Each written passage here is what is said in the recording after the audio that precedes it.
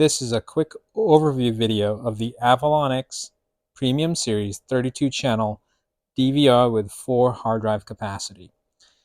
It is truly a professional level DVR, not only because of the feature set it has that we have on the product description, but also some of the professional inputs and outputs the DVR has to offer. We have the DVR here on the top. And we like to do real-world demonstrations of our products when showing them to our customers. So the main thing with this DVR that many other DVRs won't have, especially slimmer DVRs, are audio inputs. This one has 4 audio BNC, so you can connect some cameras with audio mics on them. It even has an audio out to connect to a RCA monitor if you had one. It has especially a video out that's BNC, and I'm going to be showing you that in this video. It even has mic in and mic out for bidirectional talk that all of our DVRs have to offer that are the Avalonix Premium Series. It has a plethora of alarm inputs and outputs. It even has an RS-232 port that you can connect to older PTZ devices. It has VGA, eSATA, HDMI. It has also 2 USB 3.0 ports. I'm occupying one of them with my mouse, and another one is right below that. Now, one of the big things with migrating to a new DVR, if you have an older DVR, is the monitor output. So this one has a plethora of options. It has HDMI for a new 1080p or 4K display. It has VGA up to 1080p. So you can use this as a spot out. And it also has a BNC video out too. On the HDMI side, it even has 2 HDMIs. So you could even do a spot out through the secondary HDMI. The main reason I'm showing you this is I have 2 cameras connected. And I'm trying to show the difference in technology that this DVR will accept, both old and new. This is a new 5 megapixel Avalonix bullet camera.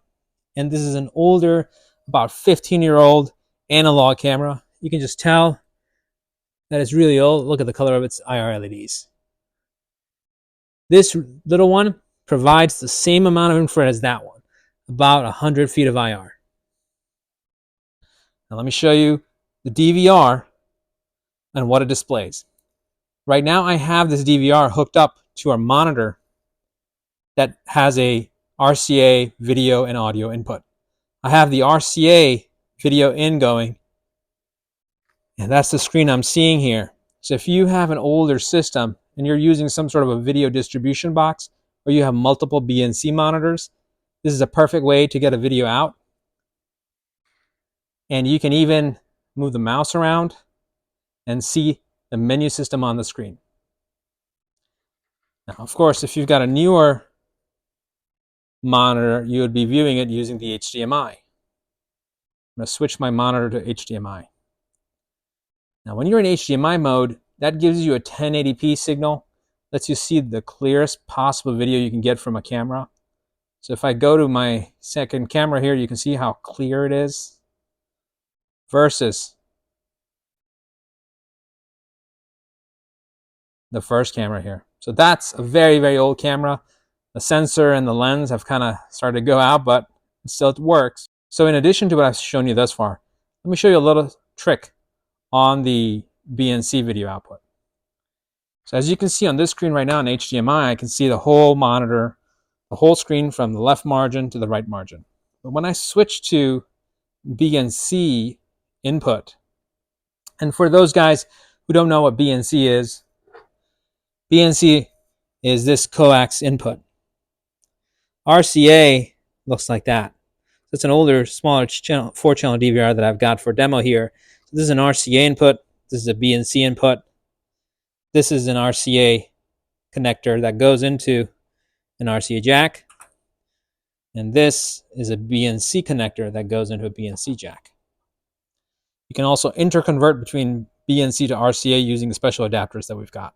Now going back to this display, I changed it over to my composite, which is this old AV style, yellow, red, and white cable.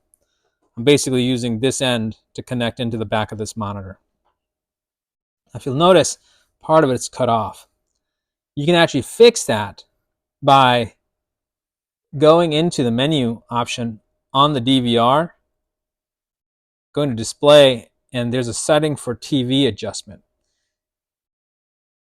And you can actually use this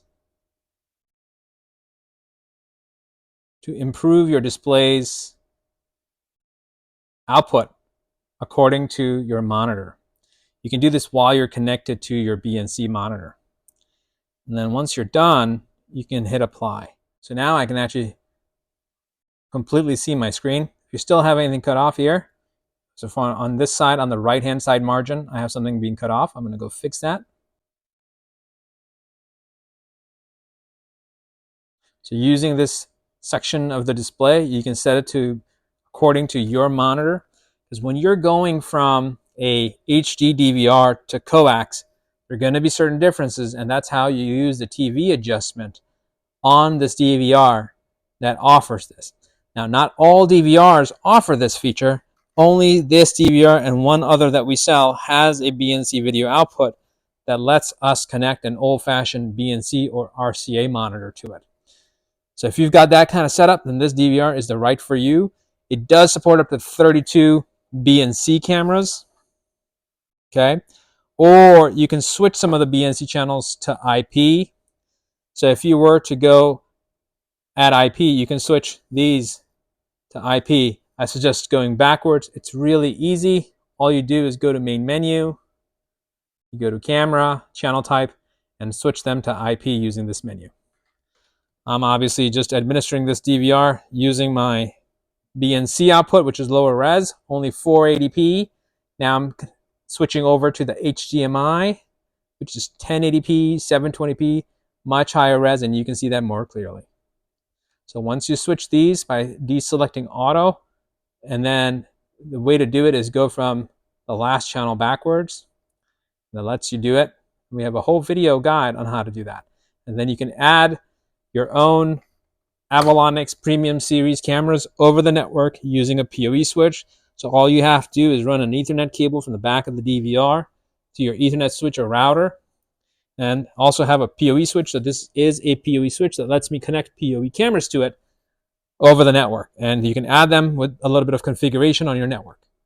Hopefully you found this video useful. Thanks for watching.